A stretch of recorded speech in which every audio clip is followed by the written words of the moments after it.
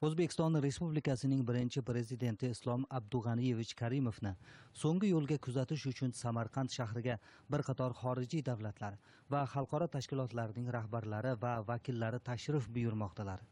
Jumladan, Rossiya Federatsiyasi hukumati raisi Dmitriy Medvedev, Turkmaniston Respublikasi prezidenti Gurbanguli Berdimuhamedov, Tojikiston Respublikasi prezidenti Emomali Rahmon, Afg'oniston Islom Respublikasi prezidenti Ashraf G'ani, Qozog'iston Respublikasi bosh vaziri Karim Masimov, Qirg'iziston Respublikasi bosh vaziri Soronbay Jeenbekov, Gruziya bosh vaziri Georgiy Kvirikashvili, Eron Islom Respublikasi tashqi ishlar vaziri Muhammad Javad Zarif, Birlashgan Arab Amirliklari davlat vaziri Rashid bin Ahmad bin Fahad, Mustaqil Davlatlar Hamdo'stligi tashkiloti ijroiya kotibi Sergey Lebedev va boshqa qator yuqori martabali xorijiy davlatlar vakillarining kelishi davom etmoqda.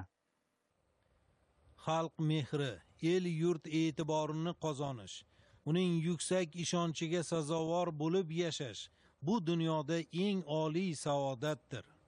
O'zbekiston Respublikasining birinchi prezidenti Islom Karimov bu haqiqatni doimo o'z hayoti va faoliyatining ma'no mazmuni deb bildi. Har qanday sharoitda ham vatanimiz, millatimiz sha'ni, uning manfaatlarini himoya qilib, O'zbek nomini, O'zbekiston nomini butun dunyoga tarannum etdi. Mamlakatimizni jahondagi rivojlangan demokratik davlatlar qatoriga olib chiqish, xalqimizning turmush farovonligini oshirish, vatanimizning xalqaro maydondagi obro' e'tiborini yuksaltirish yo'lida umrining so'nggi kunlariga qadar o'zini ayamasdan mehnat qilib, barchamiz uchun buyuk ibrat maktabini yaratib ketdi. El yurtimiz boshiga beqiyos yo'qotish tushgan mana shu iztirobli damlarda nafaqat Samarqand, balki butun mamlakatimizning barcha viloyat, shahar va qishloqlaridan o'zining buyuk yurtboshisini so'nggi yo'lga kuzatish uchun yetib kelgan minglab odamlar Azim Registon maydonidagi Tillakori masjidida jam bo'ldilar. أعوذ بالله من الشيطان الرجيم بسم الله الرحمن الرحيم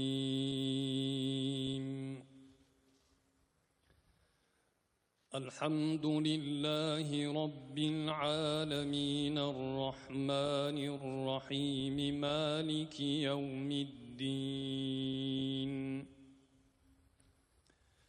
إياك نعبد وإياك نستعين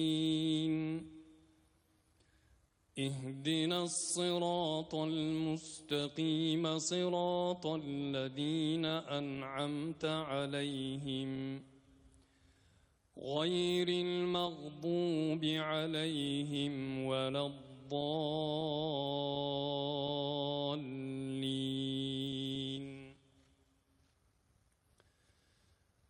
بسم الله الرحمن الرحيم ألف لام ميم ذلك الكتاب لا ريب فيه هدى للمتقين الذين يؤمنون بالغيب ويقيمون الصلاة ومما رزقناهم ينفقون والذين يؤمنون بما أنزل إليك وما أنزل من قبلك وبالآخرة هم يوقنون أولئك على هدى من ربهم وأولئك هم المفلحون بسم الله الرحمن الرحيم ياسين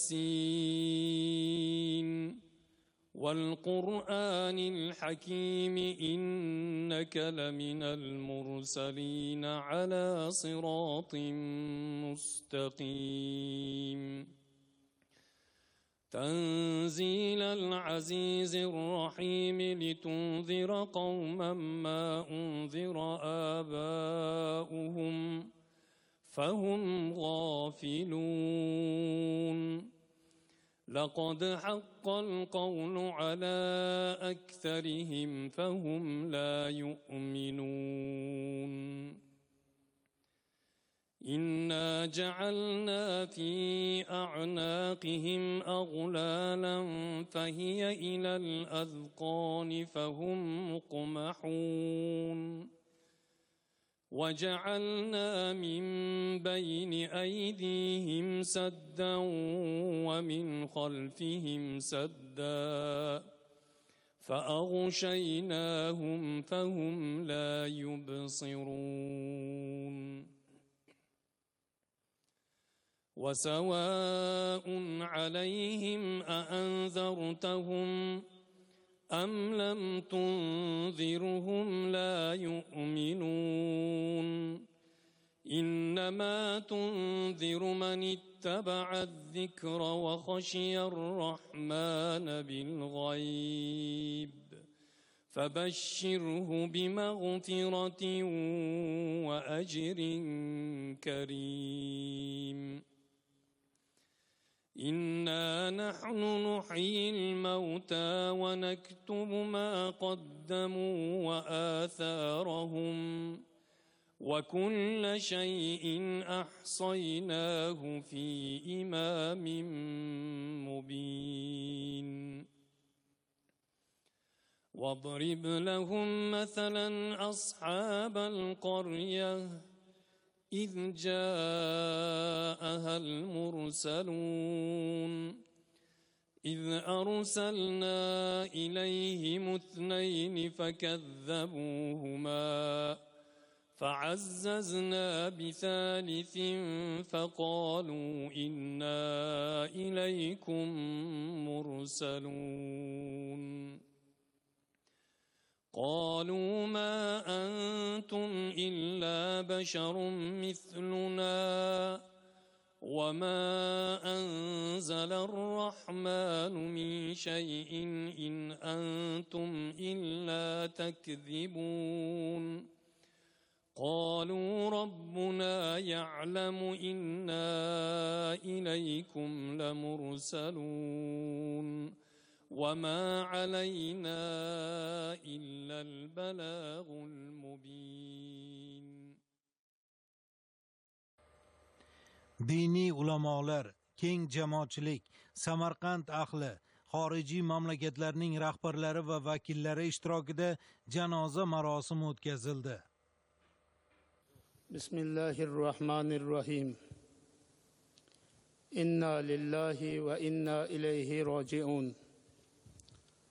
Assalomu alaykum aziz mo'min musulmonlar, aziz birodarlar, yoru do'stlar. Bugun O'zbekiston aholisi juda ham og'ir judolikka uchradi. Elu xalqini, diyorni to'g'ri yo'ldan boshlab borayotgan, yurtini obod qilgan, elini farovon qilgan o'zining yurtboshisidan ajrab qoldi. Bugun barcha O'zbekiston xalqi qayg'uda turganimiz muhtaram prezidentimizni, yurtboshimizni Alloh o'zining huzuriga oldi.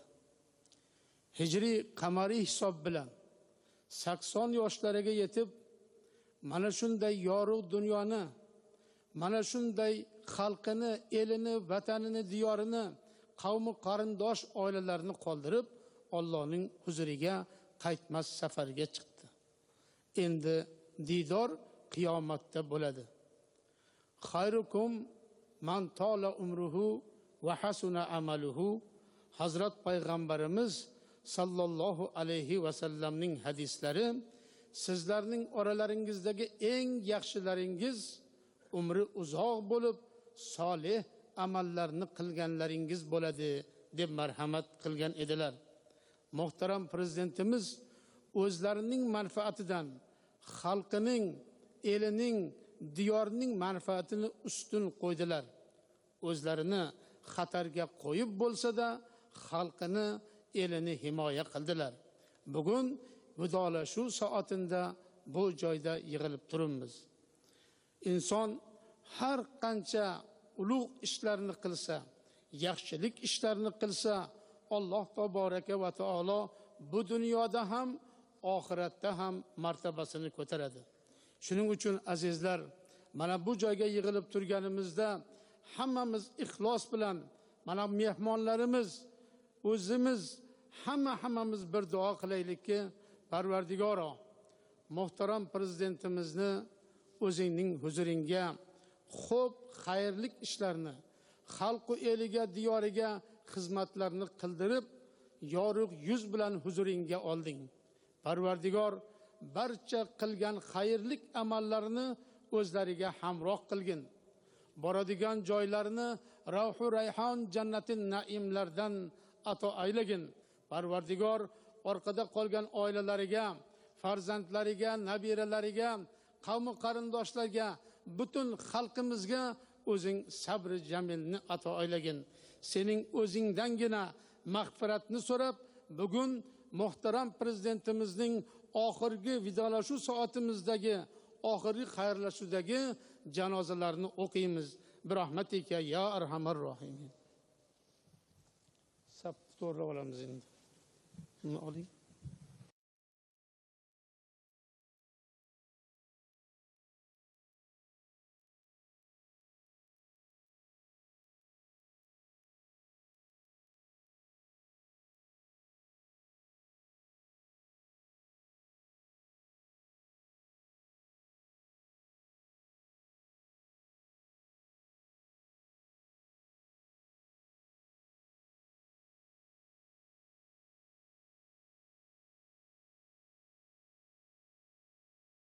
Janoza marosimi nihoyasiga yetgach, minglab yurtdoshlarimiz vatanimizning birinchi prezidenti Islom Karimovni yelkalarida ko'tarib, uni yuksak hurmat va izzat ikrom bilan so'nggi yo'lga kuzatdilar.